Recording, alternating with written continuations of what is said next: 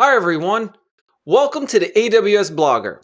My name's John Myer, and today we're going to be talking about AWS Outpost Part 2. Before we begin, don't forget to hit that like and click subscribe.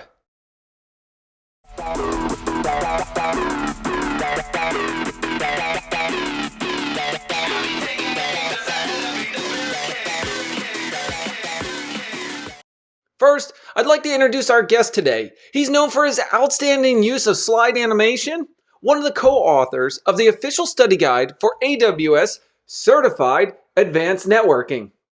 Principal Developer Advocate for AWS Outposts, Matt Lehwess. Matt? Hey, John. How's it going? Great. How are you? Yeah, pretty good. Working away. Lots going on. So glad to be here chatting with you today. I really appreciated you sitting down with us and talking about AWS Outposts. So, Matt, all right. So in the beginning here, I jumped right to it. I had it on premise, but there's a lot more to it. You're going to go in there. You want to order an Outpost. There's going to be a lot of conversation back and forth to make sure your facility supports all the configuration. You have all the requirements because you're ultimately responsible for the Outposts within your environment. And we want to make sure it's a great fit. Network connectivity, just the same. That's important as well. Is there anything else we missed that we brought it on? We have it on premise. We have it ready to connect. Is there anything else that we missed? Yeah, actually, this is probably a good segue down into the reference architecture, so we can kind of talk about some of the different components that go into connecting the Outpost. Okay, so this reference architecture will be available soon as well. I think we're just going through some approvals to get it published on our white papers site. So this should be a good one to go in and check out. So basically, on the right-hand side, we've got the Outpost. And we're just above that, we've got the Outpost network devices that we just talked about, and obviously the patch panels that you connect to. The Outpost will connect through to your customer devices. So you can see here we've got two lags. So it's basically we're using a ladder topology here. And I do get a lot of questions around, can we do a cross-link between those devices? We actually could potentially, but the better architecture that we have here is the ladder topology, where basically we've got each leg almost being independent of each other, and our Outpost network devices actually have a connection between themselves so they can communicate in case we have one customer device fail and that sort of thing. And so what you'll also notice is we've got a blue network segment, or VLAN B, and we've got an orange network segment, or VLAN A. And so each Outpost network device will actually connect through using multiple VLANs through to your customer device. And the blue segment gives you access from the Outpost, from the VPC and the instances inside the Outpost through to your on-premises. And so that's going to be that direct path over what we call the LGW, or the local gateway, which is the purple icon you can see there. And I think we have a zoom in on that slide we can jump to in a second. The orange segment is going to be how AWS connects back to the region. So in this case, we've got direct connect, and we could use public internet as well. And I know, John, we were talking about this earlier about does an Outpost need to have a direct connect? And the answer is no. So we actually built the Outpost so that you could use internet connectivity to connect back to the region. And so if we just move from the right-hand side of the drawing to the left-hand side here, you'll notice that we've got that orange line goes all the way through to the Outpost service anchor. And that Outpost service anchor actually sits in an availability zone. And so what we'll do when we provision the Outpost, we'll build an anchor in the availability zone that you choose. So when you order the Outpost, you say, I'd like this Outpost home to this region and this availability zone. We'll build an anchor in that availability zone. And then when we turn on the Outpost, where it's on site, we've wheeled it into place, we've plugged in the power and the fiber connections, it will come online and call back to the Outpost anchor. So if you've got any firewalls or that sort of thing in between the Outpost and your internet connection, or maybe over your direct connect, you do need to allow an outbound firewall rule for TCP UDP 443 as a destination, source port, ephemeral ports. And that will basically allow the Outpost to create this overlay connection from the Outpost back into the Outpost anchor. And so that also allows us to manage the Outpost because it is a fully managed service, but also it allows us to bridge the VPC here. So the purple box you see in the region and then in the Outpost, we're actually extending that VPC from the region to the Outpost. So it's actually pretty awesome. You can have VPC connectivity from the region to the outpost, and it looks like it's just native VPC, but it's actually going over this service link connection, which is that orange line, in this case over a direct connect, but we could have it go over a public internet connection as well. So what you're saying here is that I can have my VPC and I can have it, and right here you've got it depicted right on the architecture, is I can split up my VPC into multiple subnets. I can have some live, obviously within AWS environment, but I can have a local subnet that's still attached to that VPC within my outpost, which keeps my, those data sovereign applications within Outpost and within my data center, correct? Exactly. So, and basically what will happen and we're kind of stepping through the whole process here. So from ordering to site assessment to connecting network connectivity to then building your VPC environment. So what will basically happen is once the outpost is online, it will be available in your account. You can then create a subnet on that outpost in a particular VPC. And so you take a VPC and you say, I'd like to create this subnet in this outpost. And just like in the region where a subnet's tied to an availability zone, with Outposts, the subnet, which you can see subnet 2 here, is tied to the outpost. So then when you instantiate an EC2 instance, or you bring online an EC2 instance inside that subnet, that's going to reside inside the outpost. So any communications intra-VPC will obviously go via the service link, but if you wanted data to only remain inside that subnet, you can do that as well. And so here's always a big question.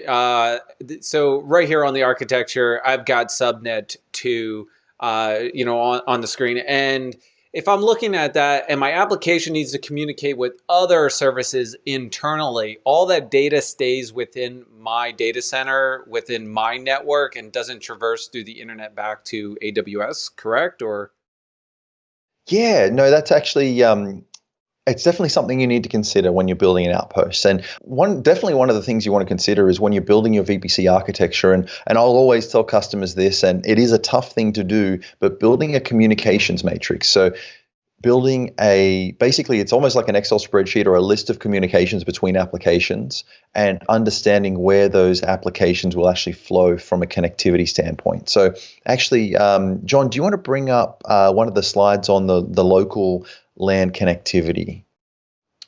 Yep. It is slide number 22, I think. Slide number 22, coming right up. Okay, so there we go. What you basically see here is we've got the outpost, it's got a VPC, it's got a subnet 3 in this case, and an EC2 instance. Now the route table inside the VPC that's assigned to the subnet lets you determine where traffic will go. So one thing to keep in mind right now is the VPC that we've got here is basically equivalent to a site or address range. And in this case, it's a 10.1.0.0/16. There's actually a typo there. It says /1. That's a mistake. It should say /16. Not sure what happened to the 6, but that's fine. It's probably still there, but the block is not big enough for it. So that's possible. /1. /1. That's a large range. So basically, the VPC range or anything equivalent to that range will always stay inside the VPC. And you can't actually configure a more specific route than that local. There we go. A more specific route than that local route at this point in time. So what that means is when you've got subnet 3 and an EC2 instance here in the outpost, if it communicates with anything else inside that VPC, it will stay inside the VPC. But if that destination for subnet 1 is in the region, for example, that communication will go over the service link connection. So going from EC2 instance in subnet 3 to an EC2 instance in the region in the same VPC will traverse the service link connection. So it's always a good idea to be mindful of, okay, I've got this cross EC2 connectivity here. How much bandwidth do I have on my WAN connection? And, do I want that communication to go via the service link or not? Now, another thing you'll notice here as well is we've got our on-premises routes via the LGW. So anything outside of the VPC range, we can send via the LGW. And the LGW is really similar to an internet gateway. So an internet gateway is effectively just a NAT device at very large scale. We have the same thing here. And so we're actually NATing any addresses inside the VPC to what we call the customer-owned IP range, the 10.10.0.0/26. And that's going to allow you to communicate from instance inside our subnet 3 over the LGW directly to your on-premises without going via the AWS region. So again, building a communications matrix is always a good idea. Figure out where your instances are, where your applications are on premises, and kind of build the path that you need. So source, destination, port, amount of bandwidth, latency requirements, etc. And then you get a bit of a view of, okay, this is how I need to build my VPC architecture, and this is how things will communicate on premises and that sort of thing. So always a good exercise to go through. So there's a lot of pre-work that you should do ahead of time, not only but just to go in there and order one, but really kind of map things out. Here's a question, right? I'm the IT guy, and I was like, yeah, I want to order one, and I click on order one. It's not going to ship right away. We're going to have communication back and forth to make sure that I know what I'm ordering, that I have all the requirements. There's going to be a lot of talk and communication. How fast from when I order one to one reaches on premise is a typical turnaround time? I'm not actually sure right now because of the current state of things and that sort of thing. So it really Very does true. depend. Let's take that into consideration here. What we are doing though is we're working with a lot of co-location providers, just in the same way that we worked with co-location providers for Direct Connect. So with Direct Connect, we've deployed in, I think it's up to 100 plus different POPs across the world now, where we've got our physical appliances or hardware that you can connect to from a Direct Connect standpoint. We're working with those same co-location providers to enable almost like a fast track for Outposts, so that if you are in a co-location facility, we have an existing relationship with that co-location facility, and we can basically the network side assessment and figuring out where the Outpost is going to go, and do you have the right amount of power, do you have the right network connectivity, all of those things will basically be almost ready to go because we've already got that pre-existing partnership with the co-location facility. So right now, whilst it does depend on where the Outpost is going, if you are shipping an Outpost somewhere in a very remote region, it's obviously going to take a lot longer than if you're in, say, a co-location facility that's in use, in maybe Silicon Valley or up in Seattle or something like that. That does lead me to another question, though, I think, John, which is probably a good follow-up on the network requirements for Outposts. We do ask for a minimum of a 1 gig connection back to the AWS region right now. And that's basically so that when you've got this intra-VPC traffic going from one VPC to another, you get a good experience.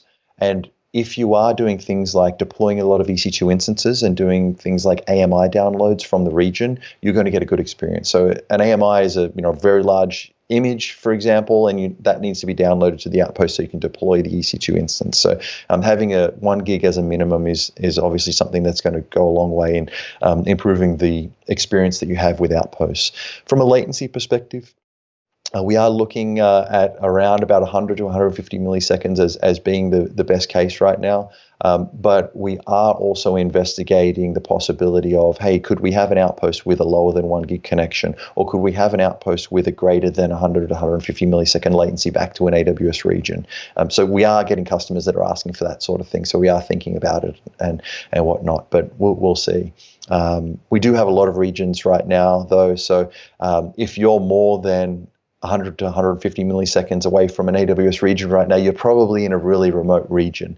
But believe it or not, lots of customers are asking for that sort of thing. So we'll see. So you actually mentioned it there, is the customer experience. And it's not that we can't support it. We want the best customer experience out of it. So minimizing the latency will probably be the best thing to give you that, that not only the download, the experience of it interacting, the AMI that's coming down. So we don't want a poor one as it comes across, correct? I mean, that's really what we're striving towards.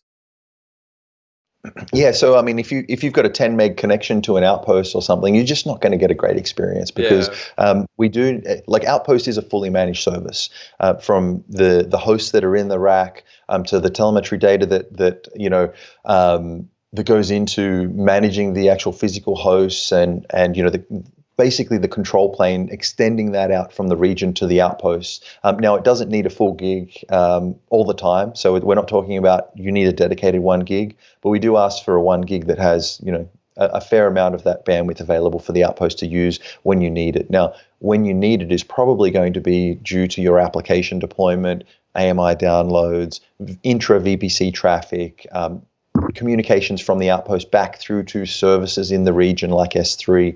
Mind you, we have announced that we will be deploying S3 in an outpost. I think it's this year. And I think as of about 2 days ago, we did just announce RDS in an outpost. So, you ruined my question here, but my recent really? release one. So you know what? Let's jump right into it. AWS just announced, and in fact, I'm posting about it a little bit later today. So by the time this comes out, it'll be fully the support for MySQL, PostgresSQL databases on Outpost. So Matt, you mentioned it. That's pretty cool. That's another addition into all the other RDS services it already supports. Correct? Yeah, and so I'll talk about the intentions as well with Outposts. On some of our original docs that we were putting together around, hey, this is what we want an outpost to do.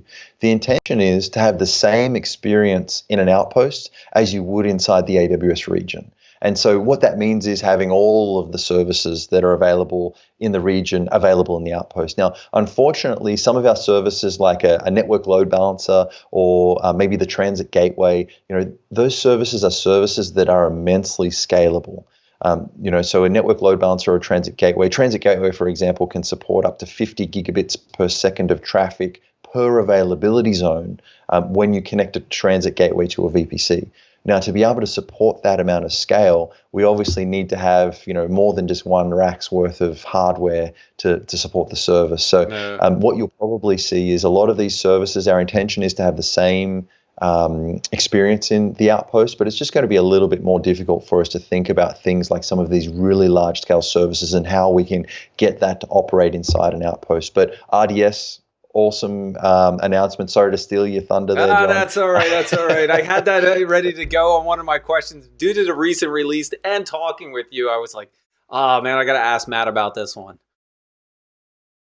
Very cool. No, I'm super excited. And S3 as well, that's been a huge question mark that customers have been asking, like, hey, EC2-based services like EKS, ECS, RDS even, they all use EC2, and Outpost is inherently an EC2-based platform. What about things like S3? Now, we are bringing S3 to the Outpost, and so we'll see other services as well. So pretty cool stuff. I do like that when we built the Outpost, it's really built on EC2 and VPC. So it's the same kind of constructs that you use in the region. Like the first thing I do in an AWS region is like I want to deploy an application, unless I'm doing something like serverless, which I don't know much about, so don't quiz me on that one. But I'll basically remove go that from my list. Okay, yep, go ahead. Yeah. I'll basically just go into the region and say, okay, I want to deploy something. I'm going to spin up a VPC now. Where's the VPC going to connect to? I need an IGW or I need a VGW or a transit gateway. What am I going to add on to that VPC architecture? Where do I want to deploy my instances? What subnets? I'll build my routing tables, who I want to communicate with. You do that same kind of thing in the Outpost. You have a VPC, you build a subnet, you build a route table, you attach an LGW, the local gateway, to the VPC, and you figure out, okay, where do I want my applications to communicate to? So it's the same thing, it's the same experience. Now, there are some additional API calls that you would do with the LGW. So we have elastic IPs assigned to an LGW, and they're part of a customer-owned IP range. So there's a few little differences, and there always will be. But for the most part, it's the same experience that you'd expect in the region, which is awesome. I love that. You mentioned S3 in there. I know that one's kind of tricky, being in an outpost, and you want the same reliability and availability for S3 within that one. So that's pretty cool. I'm excited to hear how we've done that, how we're able to achieve that, and what's coming up with that one. I'm not sure what you can or can't share on that one, so I won't put you on too much on the spot with it. Yeah, I think what I will say is S3, and here's a quiz question for you. What was the first service that AWS ever launched? SQS. That's always a good one. So listen, I got to jump in there. I posted that on Twitter 2 weeks ago and had it on my CJ2 pub talk with Jeff Barr. So that was a pop quiz I did on that one. But it is still debatable, though, I heard. It is between what? Between S3 and SQS? Yeah, well, they were. Okay. I had two different sides there. Jeff Barr wrote a post back. Oh my God! And in that one, I quoted him that it said SQS, but then there was still some I don't know, back and forth. What's your? I didn't mean to jump in there, but what's your answer? No, we should probably get to the bottom of that one. I mean, it's super interesting where people think it's EC2 or maybe even VPC. But I think the point I always try to portray with, what was the first service launch at AWS? SQS followed by S3 followed by EC2 Classic. So VPC was something that came along a lot later, and I think VPC came about in maybe it was 2011, somewhere around there. And so basically, you've got this service S3 that was designed to be publicly accessible. And so S3 natively, you would talk to a public IP to reach an S3 bucket. It's a service that sits in the public AWS realm. Now with a VPC, it's actually the private AWS realm. So it's a private realm you control with your CEDR addressing and your security groups and NACLs and routing and all that kind of good stuff. And so when you want to bridge those two domains, you used to have to use an IGW. So you take a VPC, you attach an IGW, and then you can connect through to S3 in the public realm using an elastic IP. A lot of the feedback we heard from customers was, actually, I've got this private construct, the VPC, I want to keep it private. And so then we deployed EC2 endpoints or VPC endpoints. And S3 and DynamoDB use what's called a gateway endpoint, and private link endpoints or interface endpoints, of which there's about, I think, 50 odd services that support this mechanism now. You can drop all these services into a VPC privately. So the big question mark is, when we have an outpost and we start thinking about S3, what model are we going to use? And I would say we are looking at, if you've got an outpost, it's S3 that's essentially publicly accessible from your LGW or from your local networking. And we're still working out what the details actually look like. What I'd like to see as well is I've got my VPC, it's in the outpost, and then I have a VPC endpoint to S3 privately. So I don't need to go via the LGW. So right now, I don't have the answer because I don't know how we're going to build it. But few different mechanisms there on how we could offer S3 on an outpost, but TBD. We'll see when we get closer towards the end of the year. We will have to come back to this video and quote it out. Have the, hey, listen, we said it's coming. Here's what we've got. What did we do? How did we do this? And we'll come back. We'll have to do another recording here and another interview and come back to it. Well, okay, so let's do this. Let's see if I'm right. In a couple of months' time, I think we'll deploy S3 on an outpost, and in a couple of months' time, I hope we'll have private access to S3 via the VPC, and I hope you can also reach S3 via local native networking mechanism to the outpost. That's the way I think it's going to work. So yeah, we'll see in a couple of months' time how it actually works. But we have announced that it's going to be there, so that much we know, which is awesome. Did you put in a request for this PFRQ, and so it comes back at the top, and so you get an enhancement request? When we jump off this recording now, this session right now, when we jump off this session right now, I'm going to go and talk to the engineers that are looking at building this and making sure I am right in 3 months' time. So. Yeah. Hey, yeah, it's in there, John. All right. So hey, this is how we need to build it because I want to be right. Once again, Matt, thank you so much. Thank you for your time. Really appreciate it, everybody. I'll have this posted as soon as possible. And if you have any questions, feel free to comment on the videos, and I'll try to get them back to Matt in a respectable time. Thanks, Matt. Sounds good. Thanks, Sean.